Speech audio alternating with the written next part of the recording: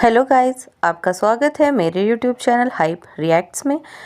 आज की वीडियो होने वाली है निदा और सुफियान के ऊपर। जैसा कि ये कंट्रोवर्सी काफ़ी टाइम से चल रही है और आई होप कि आप सबको पता भी होगा। निदा एंड सुफियान आपस में सेपरेट हो चुके हैं, लेकिन फिर भी अभी भी बहुत सारी चीज़ों को लेकर के उन दोनों के बीच में मिसअंडरस्टैंडिंग या फिर फॉल्स एलिगेशंस एक दूसरे के ऊपर जो है वो लगाए जा रहे हैं। कुछ लोग जो है वो सुफियान की साइड हैं, कुछ लोग जो है वो निदा की साइड हैं और कुछ लोग ऐसे भी हैं जो दोनों की साइड सोचकर जो है वो अपना पॉइंट ऑफ व्यू रख रहे हैं।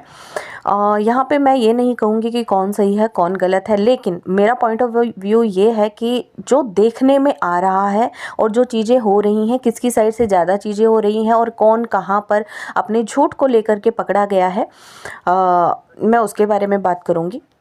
बहुत सारे लोग ऐसे भी हैं जो निदा की साइड है ऑब्वियसली। और एक चीज़ मैंने और नोटिस की है कि जो सुफियान का जो व्लॉग्स हैं या सुफियान की जो वीडियोस आती हैं उसमें आपको भर भर के ढेरों जो हैं वो नेगेटिव कमेंट्स देखने को मिल जाएंगे। लेकिन मैं सिर्फ इतना कहना चाहती हूँ कि एक औरत होने के नाते किसी को ये हक नहीं मिल जाता कि आप सामने वाले पर्सन को इतना डिस्ट्रॉय कर दो कि वो लाइफ में मतलब अपनी लाइफ जीने लायक ही ना बचे, है ना। क्योंकि ठीक है, दोनों की म्यूचुअल अंडरस्टैंडिंग थी, दोनों सेपरेट होना चाहते थे, यहाँ तक तो बात सही थी। लेकिन जो जब तक चीज़ें हमारी निदा मैडम के हिसाब से चली तब तक ठीक था, लेकिन जब चीज़ें निदा मैडम के हिसाब से नहीं चली तो इन्होंने सुफियान को जो है वो बदनाम करना शुरू कर दिया। और यहाँ पर चाहे फिर वो मिसबा हो, सुफियान के घर वाले हो, किसी को भी हमारी जो निदा मैडम है इन्होंने नहीं छोड़ा है। और मिसबा के ऊपर बहुत सारे इल्ज़ाम लगाए गए कि भाई उनका अफेयर सुफियान के साथ है, जो भी है सारी डिटेल्स आप लोगों को पता है। लेकिन यहाँ पे अभी मेन मुद्दा क्या है, मेरा कहने का सिर्फ इतना सा मतलब है कि ठीक है, आप लोग हो गए ना, सेपरेट हो गए, सारी चीज़ें क्लियर हो गई, तो अब आप अपनी लाइफ जियो और उसको अपनी लाइफ जीने दो। तो अभी भी बीच में टांग अड़ाए रखना या फिर झूठे झूठे इल्ज़ाम लगाना, कोर्ट केस की धमकियां देना, ये सब करना कहाँ सही है या ज़रूरी है नहीं है, ऊपर वाला ही जाने। लेकिन मुझे नहीं लगता कि भाई ये चीज़ें करना सही है, क्योंकि हम निदा का जो है वो कोई भी व्लॉग ऐसा कंप्लीट होता ही नहीं है जहाँ पे वो सुफियान को टॉन्ट ना मारे या फिर सुफियान के बारे में कोई बात ना करे, या कोई भी ऐसी वीडियो कंप्लीट नहीं होती है जिसमें वो ताने ना मारे सामने वाले बंदे को। रही बात सुफियान की, सुफियान ने निदा जैसे जैसे चाहती थी सारी चीज़ें कर दी। 2 चैनल निदा के पास हैं, पूरा गोल्ड निदा लेकर के चली गई है, घर का सामान, टीवी, एसी, फ्रिज और न जाने क्या क्या जितना भी सामान था सारा उठा करके निदा जो है वो लेकर के चली गई है। बचता है घर, गाड़ी और एक चैनल जो कि सुफियान के पास है। तो अब निदा मैडम चाहती थी कि भाई उनके पास वो चैनल भी ना रहे, उनका जो गाड़ी है उसका भी वो 50-50 करें, या फिर उनका जो घर है उसके भी 3 हिस्से किए जाएं।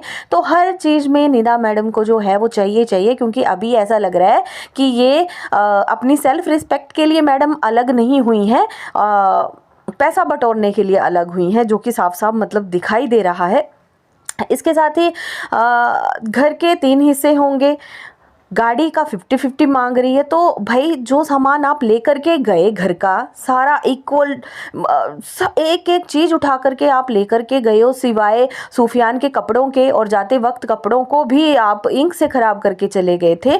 तो उन चीज़ों में से और उन सामान में से भी 50-50 होना चाहिए था, जैसा कि सुफियान ने बोला था। गोल्ड में से भी 50-50 होना चाहिए था, है ना। तो यहाँ तक तो सारी बातें आप लोगों को पता है। अब मैं मेन बात पे आती हूँ, जो कि मेन बात है MRI की। क्योंकि हमें ये सुनने में मिला था कि भाई सुफियान ने मेरे को चांटा मारा था, मेरी कनपट्टी पे मारा था। MRI करवाने के बाद रिपोर्ट में क्या आया क्या नहीं आया उसके बारे में पब्लिक को जो है वो कुछ बताया ही नहीं गया है। और मुझे तो एक बात ये समझ नहीं आई कि भाई थप्पड़ मारने का और MRI करवाने का कहाँ से क्या कनेक्शन है, क्योंकि मुझे नहीं लगता कि किसी को थप्पड़ मारने से ब्रेन हैमरेज हो सकता है, या फिर उसका दिमागी संतुलन खो सकता है, या फिर उसके दिमाग में चोट आ सकती है। लेकिन फिर भी ठीक है, चलो इनका जो भी रीज़न रहा हो, एक्चुअली एमआरआई करवाने की बात तो पहले से ही चली हुई थी, जिसकी प्रूफ वगैरह भी आपको सुफियान ने जो है वो दिखा दिए हैं, है ना, काफ़ी सारी चीज़ें जिसमें बात हो रही थी एमआरआई की कि भाई मुझे एमआरआई करवानी है। तो निदा मैडम कहती हैं कि जाने दो, काफ़ी पैसे लगेंगे। उसके बाद सुफियान कहता है कि भाई इतने पैसे जो है वो तू क्या कब्र में लेके जाएगी। उसके बाद इनका ठीक है, आई लव यू, ये सारे मैसेज जो है वो देखे हैं पब्लिक ने, दिखाए गए हैं, मतलब, है ना। तो मेरा कहने का मतलब इतना है कि भाई ना एमआरआई की रिपोर्ट दिखाई गई, ना हमें ये बताया गया कि भाई कोई प्रॉब्लम है, कहीं कुछ मेंटल हेल्थ का कोई इशू चल रहा है या क्या है, कुछ भी उस चीज़ के बारे में नहीं दिखाया गया।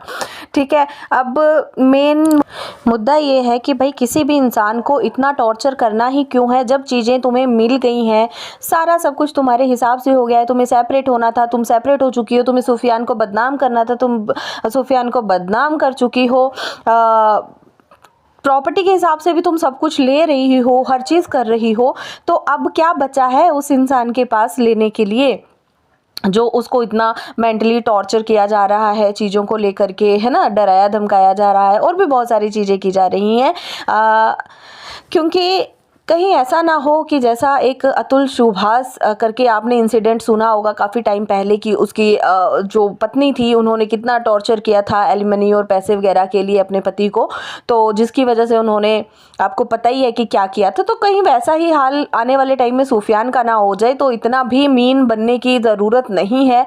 और मतलब ठीक है, सेपरेट होना था, आज़ादी चाहिए थी, हो गया। रही बात बच्चे को मारने की, वो भी फॉल्स एलिगेशन था कि भाई सोहान को पीटा, एक अपने 2-2.5 साल के बच्चे को कौन ही बाप मार सकता है यार, है ना। तो इतना तो सोचने वाली बात है और काफ़ी सारे प्रूफ सामने आ गए हैं जिसकी वजह से निदा मैडम की सच्चाई भी जो है वो पब्लिक के सामने आ गई है।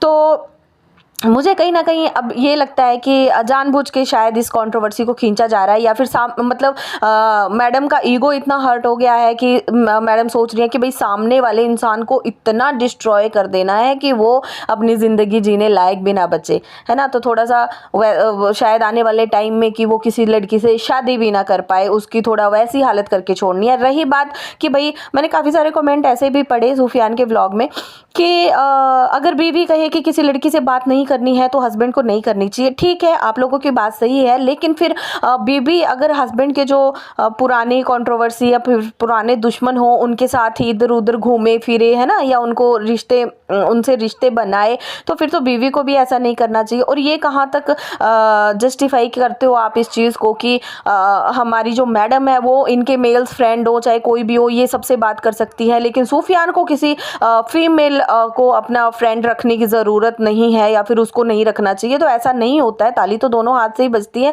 अगर इक्वल जो है वो निदा मैडम कर रही हैं तो इक्वली सुफियान को भी मिलना चाहिए ना, हर चीज़। जिस तरीके से आप लोग कह रहे हो, आप लोगों के कमेंट्स आ रहे हैं सुफियान के व्लॉग में, तो इतना नेगेटिव भी होने की ज़रूरत नहीं है। मुझे लगता है कि अब इस चीज़ को, इस कंट्रोवर्सी को ख़त्म कर देना चाहिए यहीं पे, जो कि सुफियान कर भी चुका है। तो ये थी मेरी आज की वीडियो। आप सबका क्या कहना है कमेंट करके ज़रूर बताइएगा। और अगर चैनल पे नए हैं तो आप चैनल को सब्सक्राइब करके भी जाइएगा, वीडियो को हाइप भी कर दीजिएगा। मिलते हैं अपनी नेक्स्ट वीडियो के साथ।